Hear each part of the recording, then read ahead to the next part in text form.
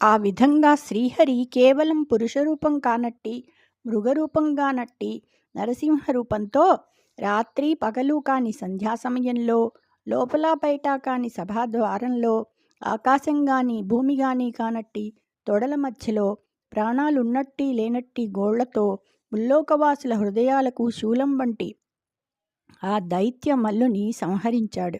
అప్పుడతడు మహాగ్నికీలలా భయంకరంగా కనిపిస్తున్నాడు.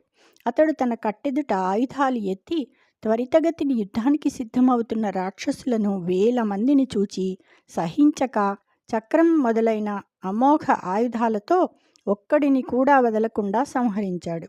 అతన్ని చూడడానికి గాని పలకరించటానికి గాని జంకి ఇతరులందరూ భయంతో దాక్కున్నారు. సురచారణ విద్యాధర గరుడోరగయక్ష సిద్ధగణములలో నొక్కరుడైనడాయ వెరచును నరహరినయ్యవసరమున నరలోకేశ. ధర్మరాజా, ఆ సమయంలో దేవతలు, చారణులు, విద్యాధరులు, గరుడు, నాగులు, యక్షులు, సిద్ధులు వీరిలో ఒక్కడైనా నరహరిని సమీపించడానికి సాహసించలేదు. అందరూ భయపడ్డారు. జై శ్రీకృష్ణ.